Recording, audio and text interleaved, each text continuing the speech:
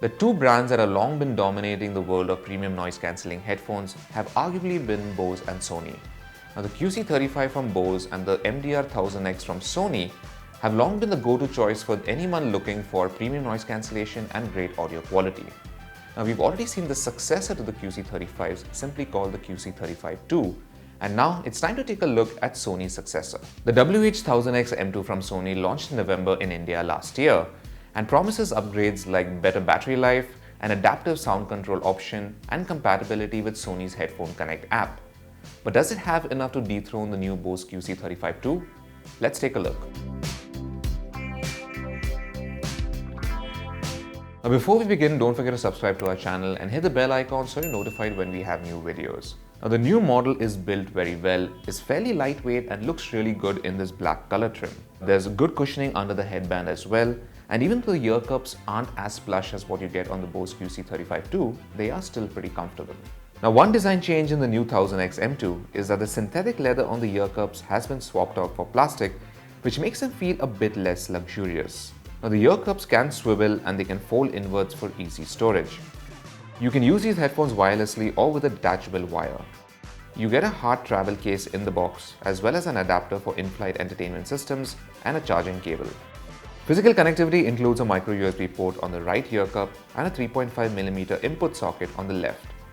Besides the power button, the noise cancellation and ambient sound functions can now be accessed with a single button instead of two separate ones like on the older model. We've been using the 1000XM2 for a couple of weeks now, and we found the noise cancellation performance and the audio quality to be pretty excellent. The sound staging is a bit better as compared to the older model, and overall, it produces a pretty balanced sonic signature across the frequency range.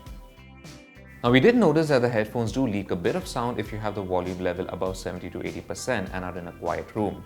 You also get extensive support for high-resolution audio codecs such as LDAC, aptX and aptX HD, so with the right files and a compatible device, the 1000XM2 will sound its best.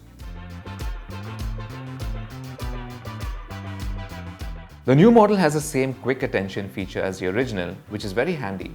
It temporarily mutes your music when you cover the right ear cup with your palm, allowing you to hear something else without taking your headphones off. Sorry? Yeah, coming in 5 minutes.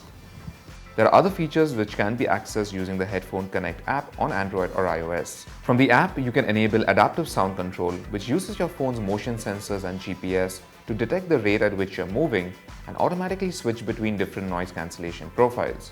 We actually found this to work pretty well most of the time. The Noise Cancelling Optimizer feature lets you calibrate the noise cancellation to whatever altitude you're using the headphones at, while Sound Position Control lets you channel sound from different directions, although we are not sure why you'd want to listen to your music in this manner. You can also play around with the different surround sound presets, which are simulated well. Equalizer presets are available as well, and you can prioritize the wireless connection for either sound quality or stability. Finally, Sony's digital sound enhancement engine is supposed to upscale compressed music files for better quality, and while we didn't really notice any real difference, it doesn't hurt leaving it on. Controlling your music is super easy thanks to the touch controls on the right ear cup. To play or pause your music, you have to tap a specific spot on the surface, which is sometimes hard to get right, but the other gestures work well. The 1000XM2 can technically connect to two devices at a time, but you can only have music streaming from one device while the other one defaults to voice calls. This is easier to manage on an Android phone since you can select the type of Bluetooth profile you want the headphones to use, but it's still a shame you can't have two simultaneous full-blown connections. Sony will soon be adding Google Assistant support to the 1000XM2 via firmware update, which is good news.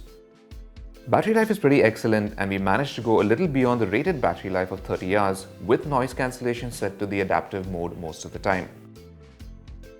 The Sony WH-1000XM2 is yet another stellar pair of noise-cancelling headphones from Sony.